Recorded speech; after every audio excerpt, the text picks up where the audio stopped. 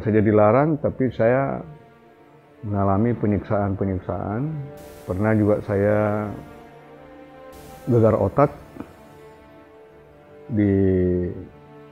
disiksa oleh Intel, yang sebenarnya seolah-olah mereka itu yang mengeroyok saya itu adalah preman-preman di jalan, tapi sebenarnya Intel.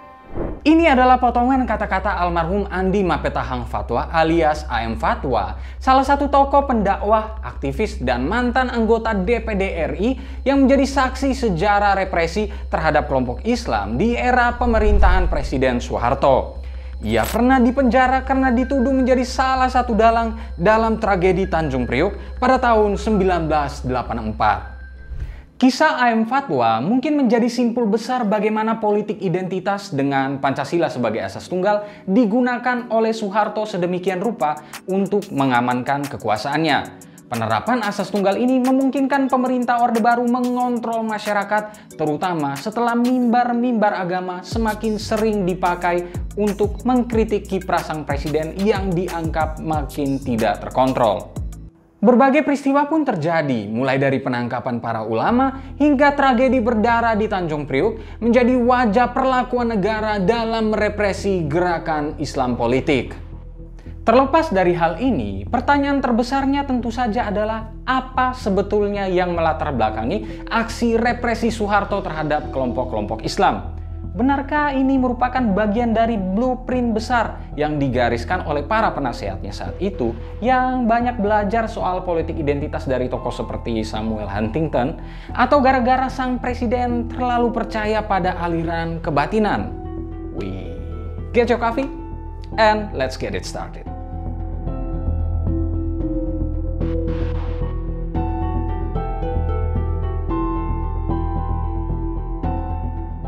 Hubungan agama, khususnya Islam, dengan kekuasaan memang punya pertalian yang erat di Indonesia. Sejak muncul konsep Indonesia sebagai sebuah negara yang berjuang untuk mencapai kemerdekaan, kelompok-kelompok agama telah menjadi bagian yang intrinsik dari perjuangan tersebut. Ormas-ormas Islam dan laskar-laskarnya telah mempertaruhkan nyawa untuk tujuan tersebut. Memang sempat muncul perdebatan terkait Piagam Jakarta dan apakah Indonesia harus menjadi negara Islam atau tidak. Namun, pertentangan yang terjadi saat itu bisa dicarikan jalan tengah penyelesaiannya. Gejolak juga sempat muncul lewat lahirnya gerakan macam DITII yang ingin mendirikan negara Islam Indonesia. Tragedi 1965 kemudian menjadi babak yang menandai peran yang makin besar dari militer. Kita masuk ke era kekuasaan Orde Baru dengan Soeharto sebagai sosok utamanya. Ini adalah era ketika militer benar-benar mengambil alih tempat utama dalam panggung politik nasional. Soeharto sendiri dilantik sebagai presiden pada 26 Maret 1968 tanpa pemilihan umum. Dan setelah menghanguskan gerakan dan jaringan komunisme di mana-mana, ia dihadapkan pada tantangan barunya, how to run the country. Soeharto kala itu punya beberapa orang terdekat yang membantunya menggariskan kebijakan politik, misalnya Ali Murtopo dan Sujono Humardani. Murtopo yang berlatar belakang intelijen kemudian diberikan tanggung jawab untuk melakukan reformasi political landscape Indonesia. Di titik ini, kemudian sebuah lembaga mengambil peran besar, yakni Center for Strategic and International Studies alias CSIS. Ini adalah think tank yang pendiriannya didukung oleh Ali Murtopo dan Sujono Humardani, sekalipun beberapa pendiri lainnya menolak disebut sebagai lembaga think tank presiden. Kala itu, CSIS disebut punya pandangan yang cenderung integralis dan developmentalis terkait arah pembangunan Indonesia. Integralis adalah soal konsep satu Indonesia, sederhananya kayak Sabang sampai Merauke makan nasi misalnya. Sementara developmentalis adalah soal pembangunan. Ada catatan menarik yang dimuat dalam buku Indonesia Today Challenges of History yang disusun oleh Greg Barton, Kelly Bird, dan Susan Blackburn yang menyebutkan bahwa banyak skolar yang tergabung di CSIS merupakan lulusan pendidikan barat yang belajar dari tokoh-tokoh seperti Samuel Huntington dan Seymour Martin Lipset. Buat yang belum tahu, Huntington adalah ahli politik AS yang beberapa pemikirannya seperti Clash of Civilization berbicara tentang politik identitas. Sementara Martin Lipset adalah sosiolog yang berkontribusi dalam perkembangan pemikiran tentang cleavage bersama Steinrocken yang argumentasi utamanya terkait garis-garis batas yang ada di masyarakat secara kultural, agama, ekonomi, dan lain sebagainya yang sering menimbulkan konflik. Lipset juga berkontribusi pada pemikiran tentang teori modernisasi. Nah, banyak sumber yang menyebutkan bahwa CSIS berkontribusi memberikan cetak biru pembangunan Indonesia, terutama pada pengembangan ideologi asas tunggal Pancasila yang di kemudian hari diterapkan pemerintahan Soeharto. David Borschier dalam tulisannya Conservative Political Ideology in Indonesia, A Fourth Wave, menyebutkan bahwa salah satu contoh kombinasi pandangan tentang integralisme dan developmentalisme dapat dilihat dalam doktrin hubungan industri Pancasila.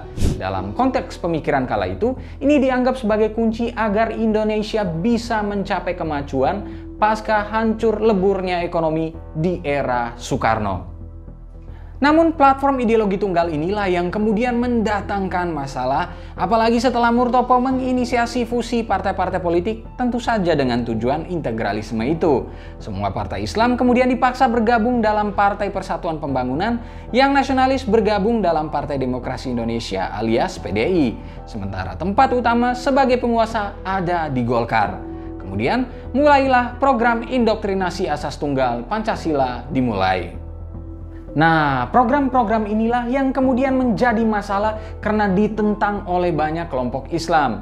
Rois Aam NU, Kiai Haji Bisri Sansuri misalnya, yang kala itu juga menjabat sebagai Ketua Dewan Majelis Syuro P3, mulai terlibat dalam perbenturan serius dengan pemerintah.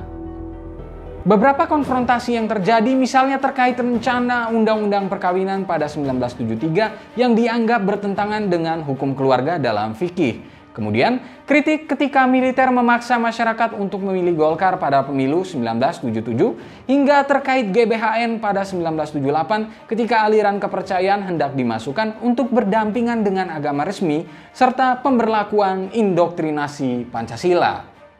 Sikap ini bukanlah ketidaksenangan kalangan Muslim terhadap Pancasila, melainkan terhadap relativisme agama yang terkandung dalam program indoktrinasi ini. Konfrontasi-konfrontasi ini dianggap pemerintah sebagai aksi delegitimasi. Pemerintah memandang kejadian ini sebagai penghinaan terhadap penguasa dan ideologinya, apalagi lewat beberapa aksi walkout yang terjadi di parlemen. Kejadian ini memperbesar kecurigaan Soeharto terhadap NU dan Islam pada umumnya. Pasca berpulangnya Kiai Haji Bisri pada 1980, NU misalnya mulai terus menunjukkan perlawanan terhadap Soeharto. Pertentangan-pertentangan ini kemudian akhirnya menguat karena banyak tokoh agama yang mulai mengkritik pemerintah lewat mimbar-mimbar masjid. Beberapa ulama bahkan ada yang sampai ditangkap dan dipenjarakan, misalnya yang menimpa ulama karismatik dari Banten, Abuya Dimyati.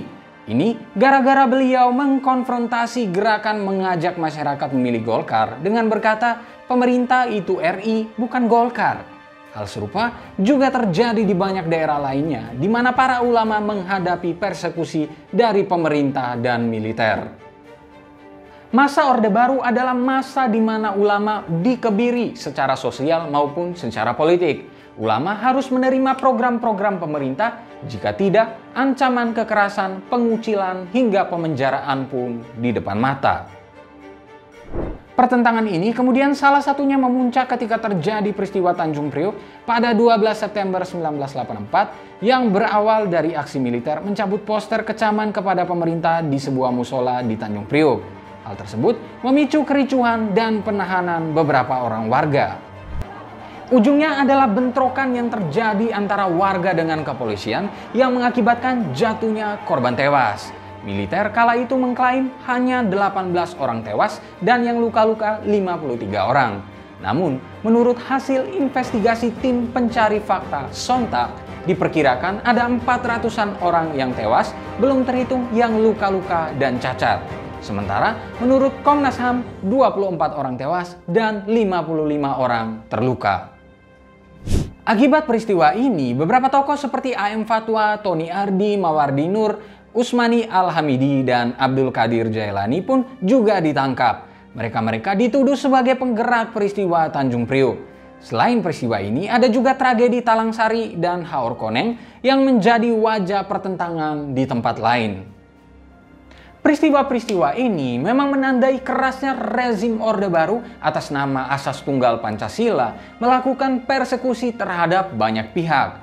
Bahkan Soeharto dituduh menggunakan Pancasila untuk menghabisi lawan-lawan politiknya kala itu, hal yang dibahasakan oleh beberapa tokoh dalam petisi 50. Ada banyak perdebatan terkait apakah Soeharto tokoh yang anti-Islam. Salim Said pernah menuturkan bahwa dirinya tahu pada awal Orde Baru, Soeharto memang menunjukkan sikap alergi pada Islam. Apalagi Soeharto juga dikenal percaya terhadap hal-hal yang bersifat kebatinan dan kejawen. Sujono Humardani misalnya sering dituduh sebagai penasehat spiritual sang presiden. Konteks represi Soeharto terhadap kelompok Islam kemudian mulai berkurang jelang tahun 1990-an ketika mulai muncul friksi di tubuh militer sendiri. Soeharto kemudian melihat kelompok agama sebagai salah satu kelompok yang bisa menjamin kekuasaannya. Ia misalnya ikut menyetujui pendirian Ikatan Cendekiawan Muslim Indonesia alias ICMI pada tahun 1990-an. Robert Hefner dalam bukunya Civil Islam, Muslim and Democratization in Indonesia menyebutkan bahwa Soeharto memang melihat ICMI untuk kepentingan politiknya. Sementara ada juga yang menyebutkan bahwa masalah represi terhadap Islam adalah kesalahan Beni Murdani yang sempat menjabat sebagai Panglima ABRI. Namun, banyak pihak termasuk Gus Dur yang meyakini bahwa peristiwa-peristiwa tersebut tak mungkin akan terjadi tanpa sepengetahuan Soeharto. Nah, lalu bagaimana menurut kalian? Seperti apa peristiwa represi terhadap kelompok-kelompok Islam di era Orde Baru ini harus dimaknai? Berikan pendapatmu. Terima kasih telah menyaksikan video ini. Jangan lupa untuk di rumah aja patuhi protokol kesehatan dan rajin-rajin cuci tangan kalian. Jika kalian punya saran atau masukan untuk konten-konten selanjutnya, jangan lupa untuk tinggalkan di kolom komentar di bawah ini. Jangan lupa juga untuk like, subscribe, dan nyalakan lonceng notifikasinya, serta ikuti terus pintarpolitik.com untuk dapatkan informasi seputar fenomena politik di Indonesia. Bye-bye.